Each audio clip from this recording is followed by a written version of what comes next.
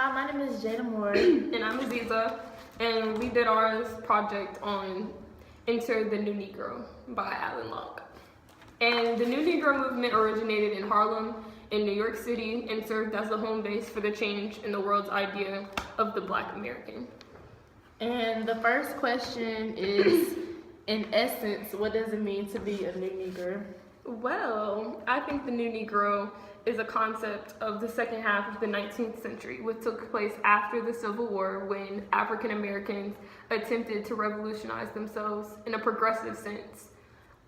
This meant that they wanted to change the way they were perceived in society, and they wanted to separate themselves for the original connotation that was associated with the old Negro, which was the plantation slave. What do you think the old Negro means?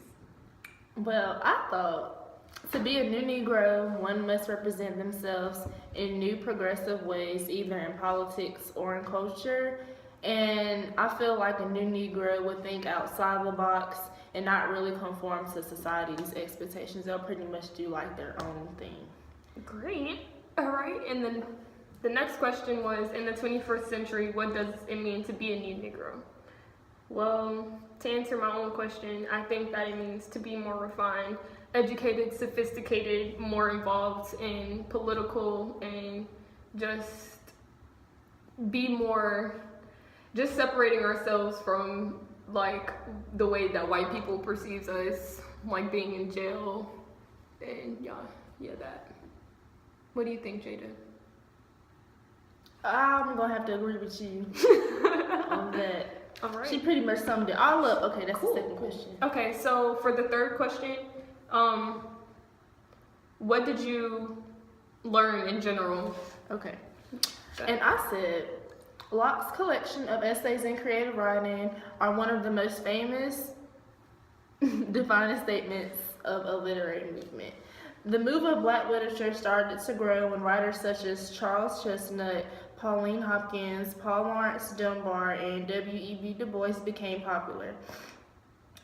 Given the extraordinary explosion of superior work in poetry, fiction, painting, sculpture, and music, Harlem in the 1920s can appropriately be singled out as a unique moment in cultural history. And that's what I thought.